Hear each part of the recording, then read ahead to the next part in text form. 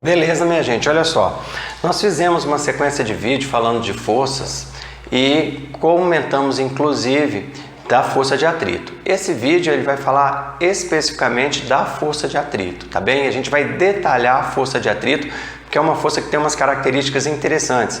E depois ainda faremos um outro vídeo falando da força de atrito na prática, tá bom? Então vamos lá, olha só, a primeira coisa, vamos imaginar uma situação assim, ó. Considere um livro apoiado sobre a mesa. O livro está ali apoiado. Aí, por intermédio de uma força, ele atinge uma certa velocidade. Então, por intermédio de uma força, ele atingiu uma certa velocidade. O que acontece quando cessa a força? Quando cessa a força, observa que o livro que tinha uma velocidade, essa velocidade passa a diminuir, tá? Então essa velocidade passa a diminuir e a gente sabe, se existe uma alteração na velocidade, é porque existe uma força promovendo essa alteração da velocidade. Então observa, ó, interpretamos esse fato. Que fato, Ricardo? O fato da velocidade estar diminuindo depois que eu soltei o bloco? Interpretamos esse fato considerando uma força de resistência oposta ao movimento relativo dos corpos. Então, existe uma força que se opõe a esse movimento. Essa força de oposição ao movimento é o que nós chamamos de força de atrito dinâmico. Tá? Então, sempre que eu tenho dois corpos escorregando, tá? Existe um movimento entre esses dois corpos, existe uma força que se opõe a esse movimento, e essa força que se opõe ao movimento é chamada força de atrito dinâmico.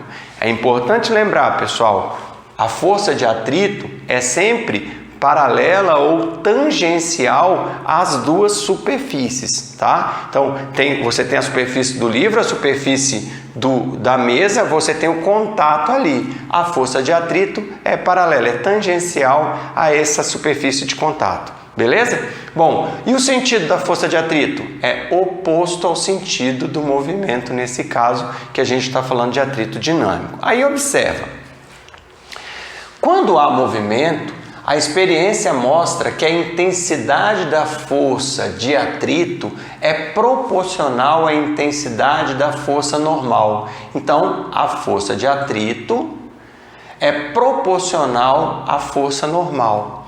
Aí eu tenho aqui um coeficiente de proporcionalidade. Esse coeficiente de proporcionalidade, que é o μD, é o chamado coeficiente de atrito dinâmico. Aqui, pessoal, às vezes uns chamam o coeficiente de atrito dinâmico, μD, outros chamam de μC, coeficiente de atrito cinético, tá? Os dois nomes podem ser utilizados. O que interessa é que esse μ, ele diz respeito das características da superfície, da característica de contato entre aquelas superfícies. Se eu mudar o contato entre as superfícies, o μ não é o mesmo. Então, para cada par de superfícies, eu vou ter uma constante diferente, beleza? E aí, nesse caso aqui, esse coeficiente chama-se coeficiente de atrito dinâmico. É interessante entender que, como aqui é dado em newtons, aqui é dado em newtons, esse coeficiente de atrito dinâmico, ele é um número adimensional, isto é, ele é um número que não apresenta unidade. Então tá aqui, pessoal, uma relação super importante. Força de atrito dinâmico é o μ dinâmico vezes a normal. Tudo bem? Lembrando, hein? Aqui é para calcular a intensidade, a direção do φ é paralela à superfície e o sentido do φ é oposto ao sentido da velocidade. Morreu, acabou. Bom, aí nós temos um outro conceito de atrito, pessoal, que é o conceito de atrito estático. Lógico, tem uma ligação entre eles, mas tem uns detalhes aqui importantes. O fato de não conseguirmos fazer um corpo deslizar sobre uma superfície é justificado pelo aparecimento de uma força entre as superfícies de contato, que impede o movimento, denominada força de atrito estático. Então, pensa, ó, na situação anterior, tinha uma velocidade e essa velocidade foi reduzida pela força de atrito dinâmica. Ok, então por isso chama força de atrito dinâmico. Aqui o corpo está parado e eu tento empurrá-lo. Ele não sai. Então, repara, se existe uma força para a direita e o corpo permaneceu em repouso, é porque tem que existir uma força para a esquerda. Essa força que impede que o corpo entre em movimento é chamada então de força de atrito estático. Aí, pessoal, observa, se está em repouso, o valor de F e o valor do fato estático são iguais. A princípio, não existe uma fórmula para calcular a força de atrito estático. Se o corpo está parado, a somatória das forças tem que dar zero. Para isso poder dar zero, o fato estático tem que ser igual ao F. Tá bom? Se tivesse mais forças, teriam outras forças aí, mas no caso de só duas, o F vai ser igual ao fato estático. O valor do F vai ser igual ao valor do fato estático. Tá bem? Então, observa uma coisa, pessoal. Enquanto o corpo não deslizar, à medida que cresce o valor de F, cresce também o valor de Φ, mantendo o equilíbrio. Então, olha só, o que ele está dizendo aqui é o seguinte. Se eu fizer uma força F de 10 newtons, está parado. Aqui tem que ser 10 newtons, que aí a soma vai dar zero. Se eu fizer uma força de 11 newtons e continua parado, se eu fizer uma força de 11 newtons e continuou parado, significa que o Φ passou a ser quanto agora?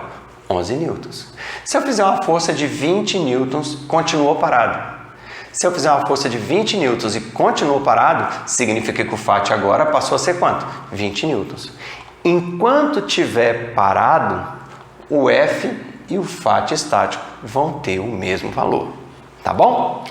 Aí é óbvio que tem um momento que eu vou fazer tanta força que o corpo vai entrar em movimento. Então observa, quando a força F atinge um determinado valor, o corpo fica na iminência de deslizar e a força de atrito atinge seu valor máximo, Φ máximo.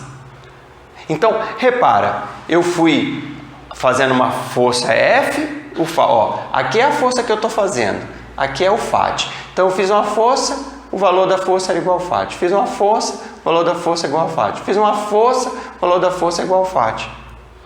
Só que chega num determinado momento que se eu continuar empurrando, o bloco entra em movimento. Então, essa força que está no limiar do movimento é chamada de força de atrito estático máxima. Então, força de atrito estático máxima é a maior força de atrito estático que eu posso ter, que o corpo vai estar na iminência de entrar em movimento. A partir desse instante, com qualquer acréscimo de força, o corpo começa a deslizar.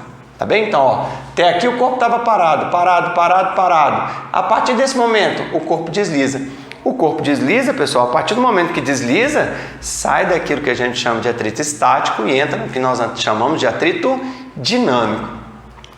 A força de atrito estática máxima, ela é mistático vezes a normal. Então, cuidado, isso aqui não é a fórmula para calcular a força de atrito estático. Essa fórmula é a força para calcular a força de atrito estático máxima. Beleza? Mi estático vezes a normal. O que acontece, pessoal, é que o Mi estático ele é sempre maior do que o Mi dinâmico. Então, você vai perceber que colocar o corpo em movimento será mais difícil do que mantê-lo em movimento. Beleza?